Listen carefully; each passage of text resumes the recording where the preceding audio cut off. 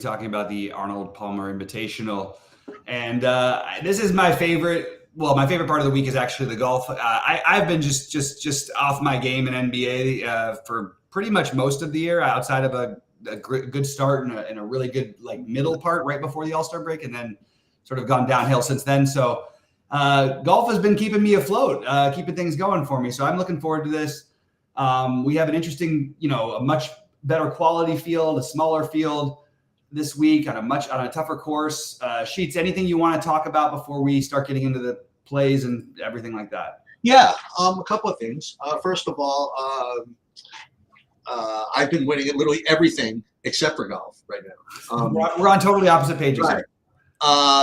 Now, I sounds like quite the wine considering I just took down the Showdown for 50K PGA. But hold on. I call BS. Right. But I'm specifically referring to what we're talking about here, and that's the classic slate stuff. And I've been really experimenting with a lot of different things. I've been trying to use the Sims. I've been trying to use not the Sims. I've been trying to reduce my player pool artificially. I've been trying to use a different Sim product as well, and I'm not getting into that. But I've been really trying because in classic slate PGA, I don't legitimately think I've had a sweat the whole season. I mean, literally not a sweat. And that includes like playing 150 lineups in the lottery every single week, So I'm continuing to try to continue how to improve my process. And going on to this week. Now, the other thing, this particular week, just to kind of set it up, it's kind of a blend of a no cut and a cut. There is a cut, except they're starting with 70 and they're cutting it like 50, maybe even more. It's going to be either 50, I think, or within 10 strokes of the lead, something like that. So Right. you're gonna have to work hard to not make the cut. But hey, my golfers work pretty hard recently. Let's put it that way. So what ends up happening is this: in no cut events, you have this dynamic where stars and scrubs becomes just so much more viable because you're guaranteed 4 rounds out of the scrubs, right? And in your straight cut events, it becomes a little more middling, because but this is kind of a blend, so it's sort of stars and scrubs, but not overwhelmingly. But the other thing that's very noteworthy, and we'll get to it, is there is a huge bit of chalk as we get down the salary range, which is going to, and I think that we'll talk about him later, but I think that there's going to be some big discrepancies in ownership between like the lottery and the 555s and stuff this week. So that's something to keep in mind. And when we put our ownerships up, it is going to be just based on the lottery. So when we get to some of the more popular, I think the most popular guys, whoever that is, if you're trying to play like the 555 or something, you could juice all the ownership up of the top guys. Okay. Right. And we'll get to some examples of that because the way lineup construction is going to be this week, I think it's going to be pretty chalky. I mean, I shouldn't say it's always sort of pretty chalky, but I think it's a very obvious way to build, which people are going to do. And if God forbid you can get away with not building that way, I mean, you get away with it, you could be a freaking genius. But we'll get to that. Let's start with I guess the 3 guys over 10K, I suppose. So. Yep. Scheffler, McIlroy, and Cantlay. I'll just get right into it. I mean, this is like going to be. Let's pull your screen up if you don't mind. Oh, yeah, sorry about that. No. And this is going to be, like, I promise you, where I imagine that wherever you go for content, you're going to hear the same thing because it's just so obvious and it makes just so much sense. But that's just the way it is. Is that the way pricing is? You're going to want to play one of Scheffler or McIlroy, specifically Scheffler. I mean, but both these guys are going to look really, really good. They're good course fit, good everything. And, you're going to want to play them. You can play both of them pretty easily, considering what we're going to get to later. And I've also heard that there's a pretty decent-sized drop to Cantlay from these two. And I'm going to be kind of with that as far as my analysis as well. Like Scheffler is strongest play on the board, as far as his raw points. And I think McIlroy is pretty clearly second. And then I think that Cantlay is actually probably competing with guys below him, for for fantasy points. So I like both these guys a lot. In GPPs, if you could somehow fade them and get away with it, I promise you're going to be on a freaking completely different build, because I think that most every bit of content and sim and everything, and probably including me, is going to get you to at least one of these two, if not both. I hear you. I don't know if I'm as adamant that that's going to be the case. I actually think there's going to be a ton of builds where they start below 10K, because you actually have the same thing. You've got the chalky 7K guys. Well, there's a few chalky 7K guys that you could play with the 9K range, but I think it's going to be one or the other. You know what I mean? So I do think most of it will go the way that you're saying. I just don't think it's going to be like 80% or something. I think it's going to be like 50%, maybe a little less. But Scheffler, I have it ranked exactly in order of pricing: Scheffler, Rory, Cantlay. I actually have interest in all three. As of right now, I'm not going to take any hard stance. I'm sort of with the field on all three of these guys right now. Maybe a little below on Cantlay, but it's not that I don't like Cantlay. I have no issue with Cantlay. I just happen to like Scheffler and Rory better, and I happen to like some of the guys below Cantlay quite a bit. So I'm gonna have to figure out what I do, because I do really like this 9K plus range today, and I just, or 8,900 plus, and or 8,800 plus, I should say. I'm just having a hard time deciding which ones I really want. But right now, I've got it Scotty, Rory, then Cantlay for me in terms of what I'll have ownership on. Well, the good news is, if you don't play any of these guys, like you said, I mean, there are guys over 9K that that you've heard of. Like these guys are all really good golfers between 9K and 9,900, right? So if you do want to fade those two, I'm not going to say that you can't, because I mean, look at all these guys: Hovland, Xander, freaking Aberg, Allberg. He's awesome. Spieth can get there. Burns, Homa, Mark Hauser, and Justin Thomas. So all these guys are pretty good. So maybe you're right. Maybe people will go to these guys at the end of the day. So I'll just rank mine. I do have Schauffele rated number 1 of the 9Ks and up. Then I have Ludwig and Morikawa next, actually. And then kind of a drop to the other 9Ks. So that's the way I would rank them right now. But with respect to construction, again, if you fade the 10Ks, then you can certainly easily play 2 of these guys, maybe 3. Yeah, it's great, because there's so many good plays in the 9K range, and I don't dislike any of the guys you mentioned, but I have a totally different group of guys that I like in the 9K range. So Sam Burns is my favorite in this range. Victor Hovland is my second favorite, followed by Max Homa. Awesome! All right, my 4. So somewhere between us, as you always say, somebody's got to win. I'm gonna just answer. Travis asked a question, and I think it's an interesting question. Do you guys play Showdown the same as your regular contest, or you play it like single entry? I don't really understand how you'd play it like single entry, but I do think that like playing Showdown, I just am much more willing to take a huge gamble on guys who are going to be low owned. I don't really think it's much different. In your Showdown sheets, do you notice you do anything different? I completely use the projections in the Sims, and I do geo mean filtering where I force low ownership and stuff like that. Yeah. I barely even know who I'm playing. I mean, right, honestly. Right. I gotcha. Okay. All right, let's get into the 8Ks.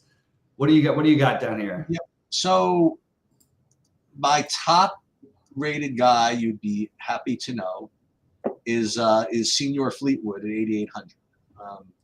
He's the top guy I have under 9K, and then after that, I do have 2 others I like. So Jason Day at 8,200. And Cameron Young. Cameron Young, I think, is going to be pretty popular, to say the least. And I'll let you talk about the guy who's probably actually going to win. And if you don't, I'll remind you afterwards. Okay.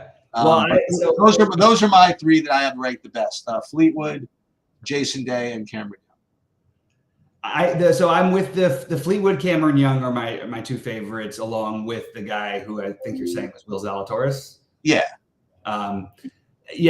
Those would be my 3 favorites. Would be that top of this range, which is why I think the builds, like I have builds where I have Scotty and I've got Rory, and I've got builds where I've got Zalatoris, Fleetwood, and Cam Young together. You know what I mean? I think that's a really interesting way to build. I also really like Fitzpatrick, by the way.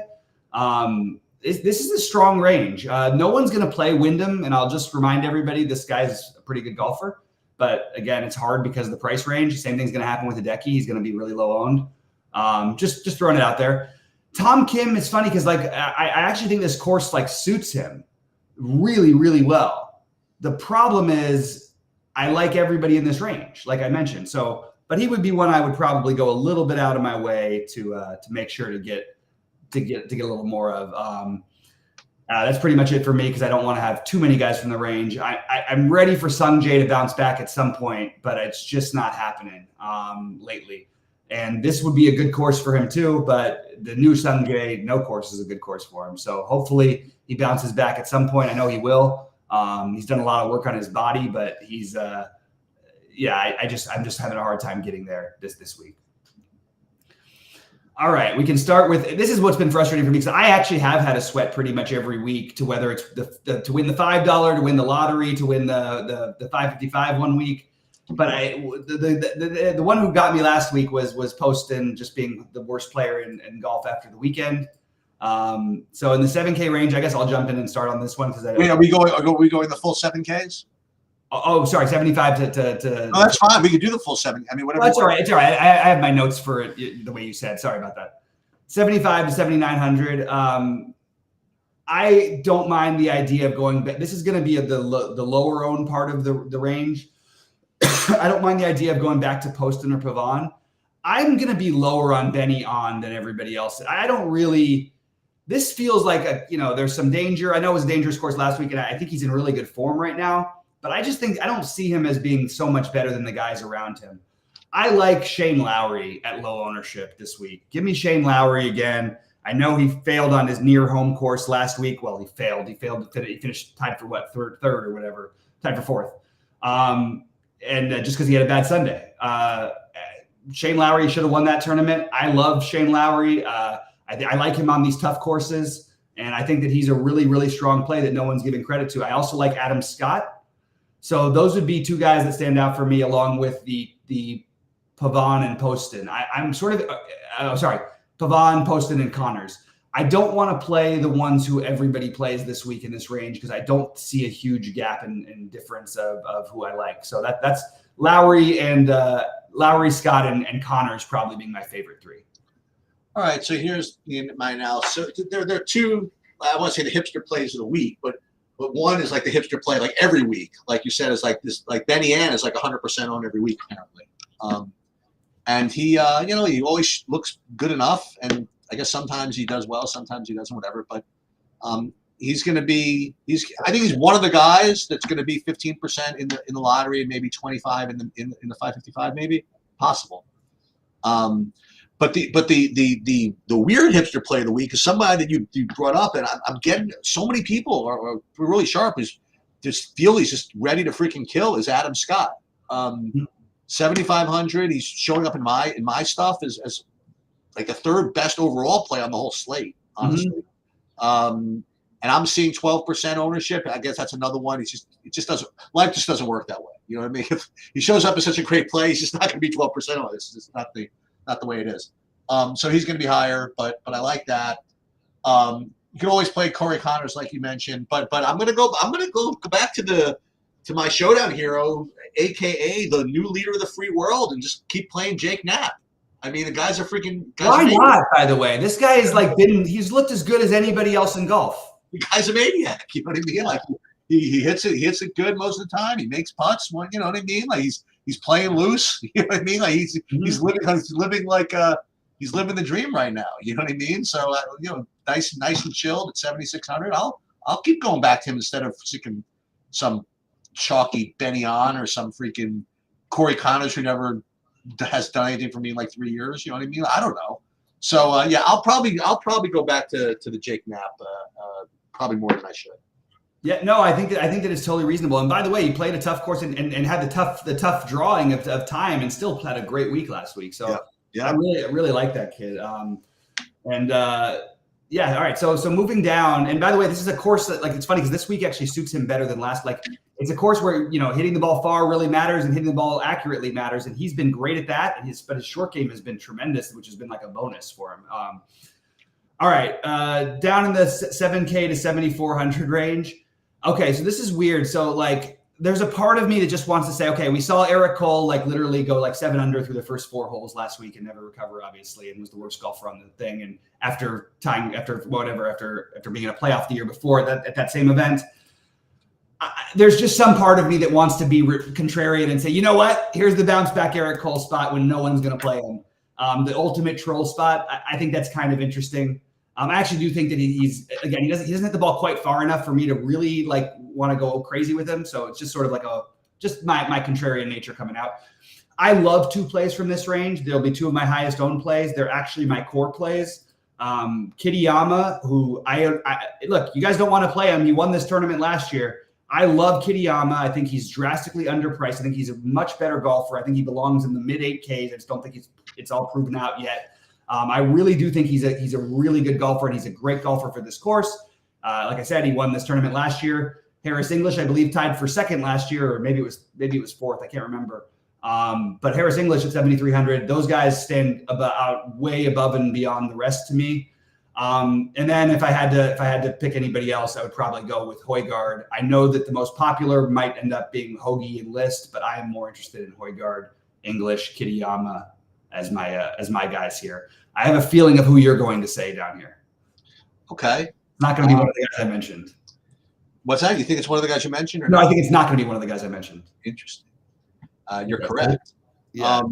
But there are 2 guys that I like the most, and one of them is one of the guys you mentioned. And it's not my top guy, but Harris English does show up for me. And it's so weird the way golf works. It's such a data-driven sport, but everybody's got such these freaking biases. You know what I mean? Like, remember, I still hate Kevin Streelman because he had a bad attitude. By the way, he's been terrible ever since then. You might have been onto something. Right? And then one time, Harris English had to withdraw because he had a bad back. I'll never forgive him for that. So I just never play him. It's like so weird. That's one of the reasons why I have to use the sim sometimes to make me play guys that I have biases for. So I like him. But I'm not going to probably play Eric with the C Cole for the reasons you mentioned. But I will play Keegan with a K Bradley. That's my top guy under 7,500 by honestly a decent amount. That's the guy you knew I was going to guess, right? Yeah. So he's my top guy. He's going to be owned as well, I imagine. But he's my top. So him in English, and pretty much all I have.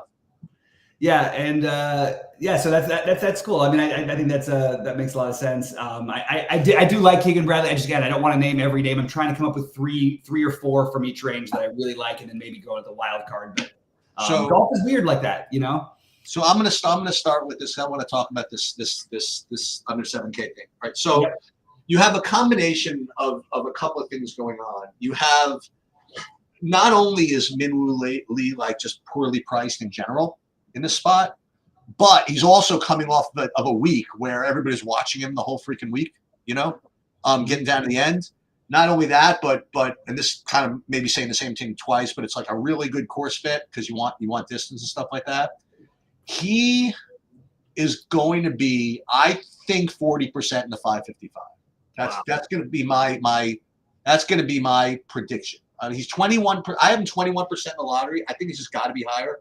And as in a weird way, I think this is the key decision to make, especially in big buy-ins, is whether you go the mid. You want to include the other guy with him because I think Eric Van Ruan is going to be. Yeah, I'm getting there. Yeah, so is whether you play Min-Woo Lee with one of the studs or whatever it is. That's why these studs can be so easy to get to. Or then the next thing that comes up is where you pivot. So the first natural pivot is going to be at the exact same price. Eric Van Ruan, who also did very, very well last week, and he's going to be owned as well.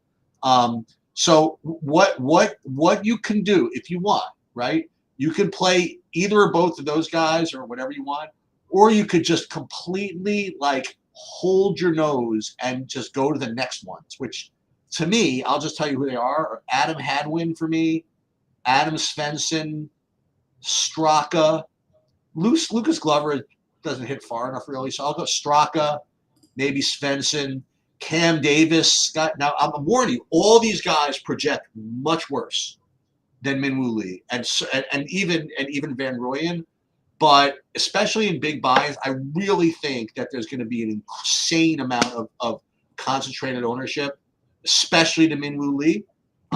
So it's just a decision you have to make. I think that if you play Min-Woo Lee, I think what you're supposed to do is play him with like the 9Ks and fade the 10s. I think that's going to be my recommendation, and that's pretty much what my speech about that range. I think it's really, really sharp, and I totally agree. Like, look, in some of my larger field small buy-in stuff, I'm absolutely going to play Min-Woo Lee, and I'm going to play some Eric Van Ruan. First of all, I think Min-Woo Lee is on the verge of becoming one of the best golfers in the world. Like, I don't think this is like a, it's such a ridiculous misprice that it is going to be noticed by everybody. And maybe you're right about even that ownership climbing that high. EVR, I think, is a little bit more like we're seeing him. He's playing great golf right now, but like I don't think that, like, I don't feel the same way about him that I do about Min-Woo. So I have a few other guys in this range though, just to try to get different than those guys. I like your Cam Davis. That was what I thought you were going to say is your favorite. I think that's a reasonable one. He's a guy who can hit it far. He struggles with consistency. Hopefully he can, you just hope he rounds it out for a week. I don't mind Austin Eckroyd coming off the win, but again, probably not going to end up getting to that much of it. Straka, fine, but I don't feel that excited about it. I get a little bit interested in these guys down at the bottom. I like CT Pan a lot this week. I think 6K flat. I think that's a really interesting play that I just don't see people going towards. He's playing great golf right now. And another one that stood out to me, I do like the idea of getting ahead on this kid Dunlap, but I'm going to wait for a different tournament to play him more. I just don't want to play him at these tough courses. But he's 20 years old. What about Sami Välimäki again? Going back to him, this guy's playing great. Like he had one of the worst scores on day one, and still ended up like he shot like 6 under day two to miss the cut by like 1, I think, last week, or he was in that ballpark. So I kind of like to get really weird. Välimäki, CT Pan, and Taylor Moore. Taylor Moore, there's a little revenge I have. I need to get my money back from him because he keeps Taylor Moore revenge. Yeah, I want my revenge back from him. And then Adam Svensson. Those are the guys who I'd be looking to get different with. But I like the Moore and Pan the best, along with I actually like Min-Woo Lee especially. But again, I don't know if I want to eat that ownership and not. It's a bad price. It just is. It's just a bad price. People keep saying that Min-Woo's terrible here. By the way, I just want to remind everybody, Min-Woo finished tied for second last week. He missed the cut the only 2 times he played that event before. We can't say guys who are 23, 24, 25 years old are terrible at courses they've only played once or twice in their life, or never in some cases. So you guys can go ahead and go elsewhere, and I'm going to probably go elsewhere because of the ownership, but I don't think that we can just adamantly say Min-Woo Lee is terrible here because of what he did in 2 years previous when he was 22 or 20, whatever it was. Pingalore's got an interesting point here, but I have a little bit of a throwback. He says that based on years of covering this event, Fowler could win. He's back playing well and has been in good form. I completely disagree about the Fowler's been playing well. Fowler has not been playing well. Fowler has been absolutely horrendous. And I don't see any real signs of what we're talking about when we're talking about Fowler playing well. He looked better last week and still ended up 41st. 35th at Genesis. Is that really well? Like, do we want a 35th place finisher? He was cut at the Phoenix Open, which is like his event. 47th at 8th at the Pro-Am.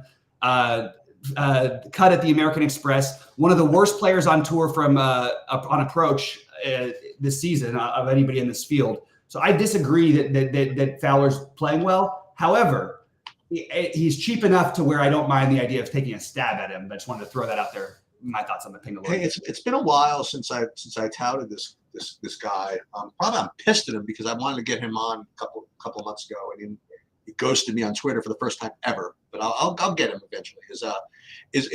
I still watch the Rick Rungood preview every week, and he does a really good job capturing who's actually in good form versus who isn't, and he's very data driven, and it's a really really nice summary.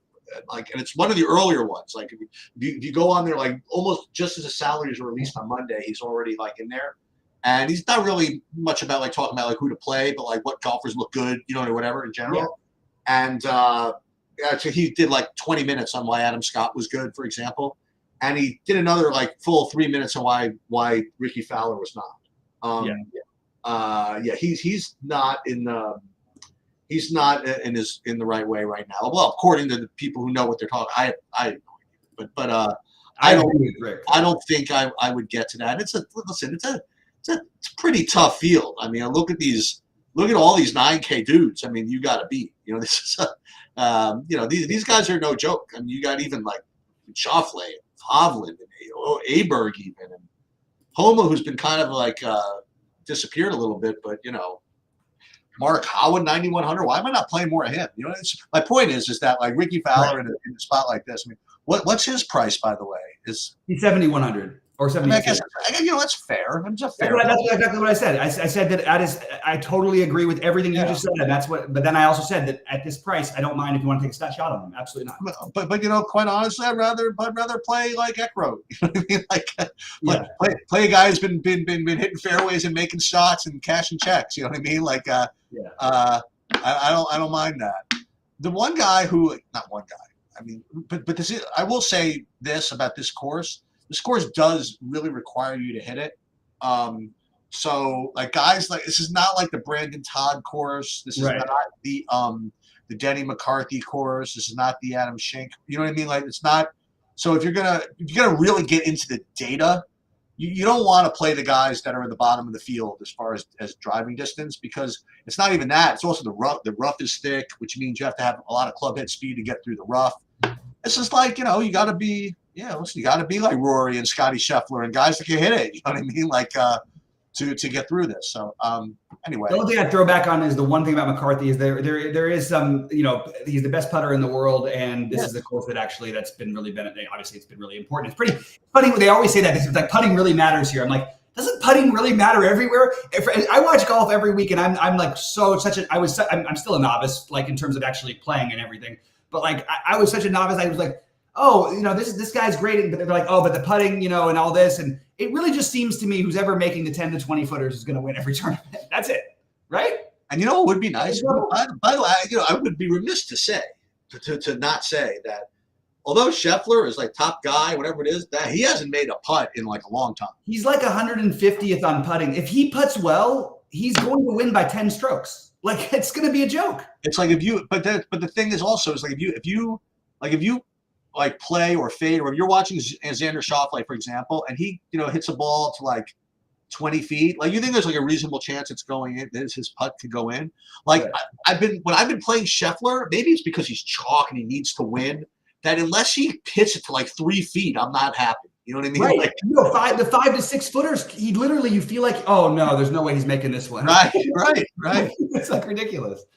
All right, Cheats, let's play the game. Let's do it. We're gonna see. We should probably start getting some action on this. By the way, Kenny and I last week, we were on fire with some of the plays. We just didn't get the winner right. We didn't get the Eckroat. Everything else we had all over. Oh, and Minwoo, we didn't get Minwoo right, but we got everything. Like all of the other guys that double digits owned. I'm sorry, under double digits. By the end of the tournament, we're our guys.